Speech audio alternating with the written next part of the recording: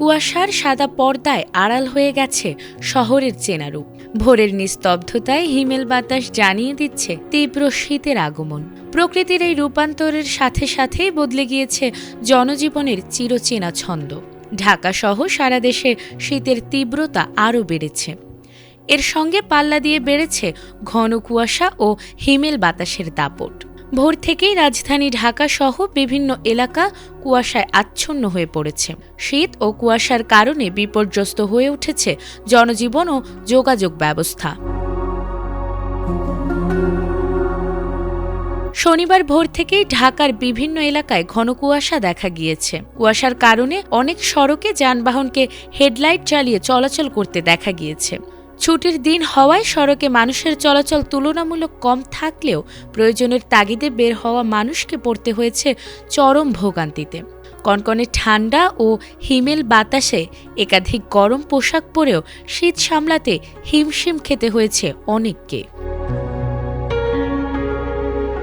এদিকে ঢাকায় সর্বনিম্ন তাপমাত্রা রেকর্ড করা হয়েছে 12.7 ডিগ্রি সেলসিয়াস। এ সময় বাতাসের আর্দ্রতার পরিমাণ ছিল 99%। আবহাওয়া অধিদপ্তরের তথ্য মতে শনিবার সকাল 7টা থেকে পরবর্তী 6 ঘন্টার জন্য ঢাকার আকাশ অস্থায়ীভাবে আংশিক মেঘলা থাকতে পারে। দিনের তাপমাত্রা প্রায় অপরিবর্তিত থাকতে পারে এবং আবহাওয়া প্রধানত শুষ্ক থাকতে পারে। এ সময় মাঝারি থেকে ঘন কুয়াশা পড়ার আশঙ্কা রয়েছে। এছাড়াও দক্ষিণ বা দক্ষিণ পূর্ব দিক থেকে ঘন্টায় 6 থেকে 12 কিলোমিটার বেগে বাতাস প্রবাহিত হতে পারে। সারা দেশে চলমান মৃদু শৈত্যপ্রবাহের কারণে মধ্যরাত থেকে সকাল পর্যন্ত অনেক জায়গায় মাঝারি থেকে ঘন কুয়াশা পড়েছে। ঘন কুয়াশার কারণে শরীয়তপুর চাঁদপুর নৌরুটে ফেরি চলাচল সাময়িকভাবে বন্ধ রাখা হয়েছে। এছাড়াও যশোরে 7.8, রাজশাহী, চুয়াডাঙ্গা ও গোপালগঞ্জ সহ বেশ কিছু জেলায় তাপমাত্রা 8 থেকে 9 ডিগ্রি রেকর্ড করা হয়েছে। অন্যদিকে উত্তরের জেলা পঞ্চগড়ের তাপমাত্রা 9.6 ডিগ্রি সেলসিয়াসে নেমে আসায় ঘন কুয়াশা জনজীবন বিপর্যস্ত করে তুলেছে। আগামী কয়েকদিন এই শৈত্যপ্রবাহ অব্যাহত থাকতে পারে বলে জানিয়েছে আবহাওয়া অফিস। শীতের কারণে রাজধানীতে বায়ু দূষণও বেড়েছে।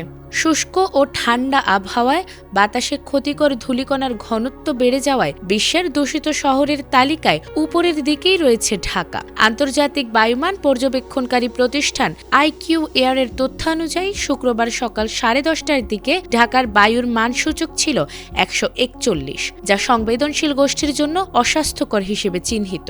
এই স্কোর নিয়ে বিশ্বের দূষিত শহরের তালিকায় ঢাকার অবস্থান ছিল 15তম। রাজধানী সহ সারা দেশে শীত ও কুয়াশার কারণে বিপর্যস্ত হয়ে উঠেছে জনজীবন ও যোগাযোগ ব্যবস্থা। সবচেয়ে বেশি ভোগান্তিতে পড়েছেন নিম্ন আয়ের মানুষ, দিনমজুর ও খেটে খাওয়া শ্রমজীবীরা। নাজমুন নাহার জান্নাত, ATN বাংলা।